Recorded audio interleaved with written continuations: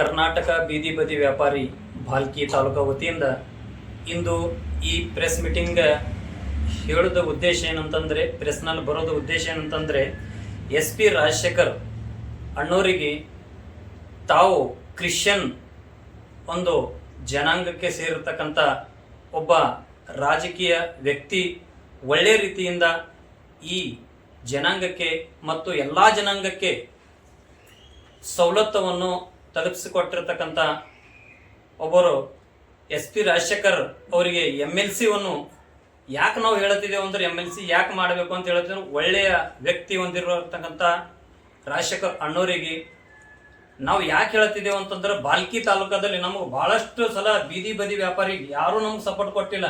ರಾಜಶೇಖರ್ ಅಣ್ಣವರು ಖುದ್ದಾಗಿ ಬಂದು ನಮಗೆ ಸಪೋರ್ಟನ್ನು ಕೊಟ್ಟಿದ್ದಾರೆ.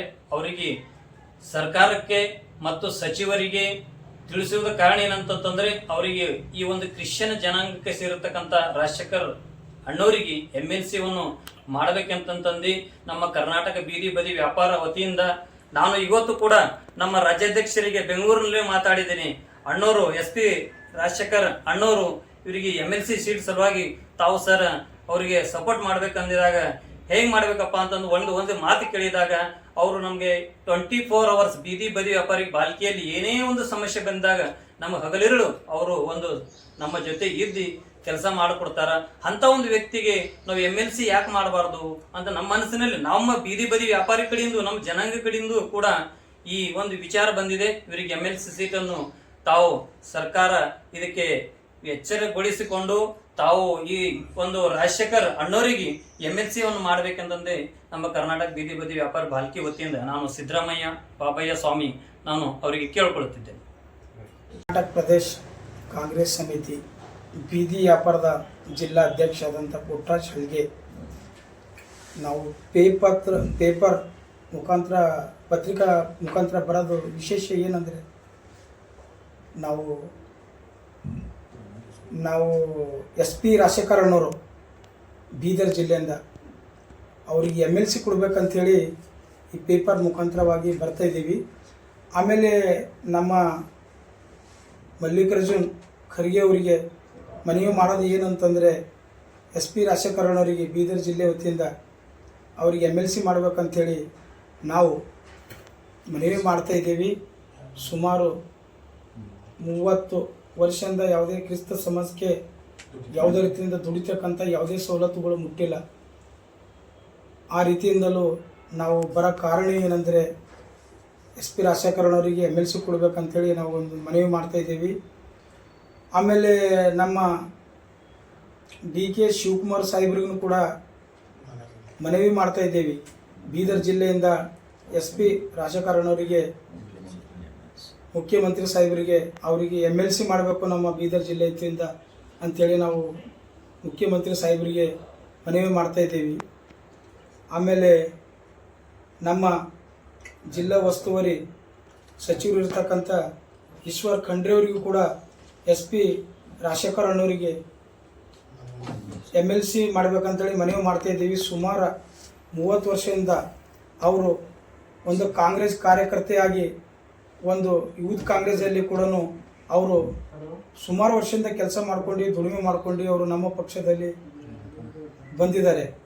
ಅವರಿಗೆ ನೀವು ಸರ್ಕಾರ ವತಿಯಿಂದಲೂ ಎಲ್ಲ ಸಚಿವರ ವತಿಯಿಂದಲೂ ಅವರಿಗೆ ರಾಜಶೇಖರ್ ಅಣ್ಣವರಿಗೆ MLC ಮಾಡಬೇಕಂತೇಳಿ ನಾವು ಬೀದರ್ ವತಿಯಿಂದ ಜಿಲ್ಲಾ ಅಧ್ಯಕ್ಷ ಪುಟ್ಟರಾಜ್ ಆಗಿ ಕೇಳ್ತಾ ಇದ್ದೇವೆ.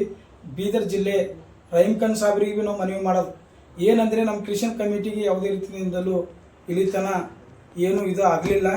ಬಟ್ ಇದು ಒಂದು ಸೀಟ್ ಕೊಟ್ಟಿಲ್ಲ.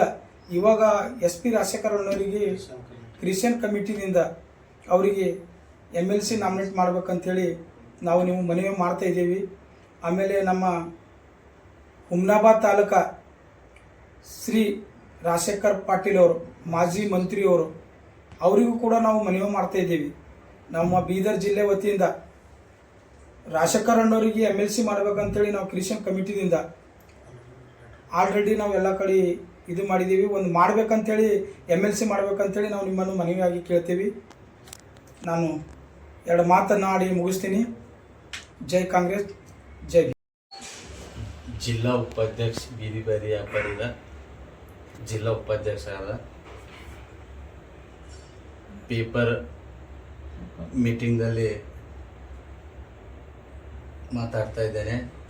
ನಮ್ಮ ರಾಜಶೇಖರ್ ಅಣ್ಣವರಿಗೆ MLC ಕೊಡಬೇಕು. ನಮ್ಮ ಕ್ರಿಶ್ಚಿಯನ್ ಕಮಿಟಿ ಸುಮಾರು 40-50 ವರ್ಷ ಏನು ಸೌಲಭ್ಯ ಕೇಳಿಲ್ಲ, ಏನೂ ಮಾಡಿಲ್ಲ. ಅದ್ರ ಕಡೆಯಿಂದ MLC ಕೊಡ್ಬೇಕಂತೇಳಿ ಮಲ್ಲಿಕಾರ್ಜುನ್ ಖರ್ಗೆ ಅವರಿಗೆ ಒತ್ತಾಯ ಮಾಡ್ತಾ ಇದ್ದೆವು.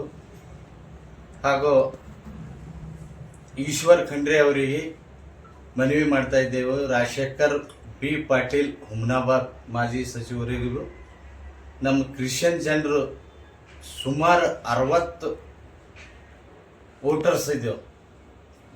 ಅದ್ರ ಕಡೆಯಿಂದ ನಮಗೆ 60 ಲಕ್ಷ ಹೈದರಾಬಾದ್ ಕರ್ನಾಟಕದಲ್ಲಿ ಇದ್ದೆವು. ಅದ್ರ ಕಡೆಯಿಂದ ನಮಗೆ ಯಾವುದೇ ಒಂದು ಟಿಕೆಟ್ ಸಿಕ್ಕಿಲ್ಲ, ಏನೂ ಕೊಟ್ಟಿಲ್ಲ.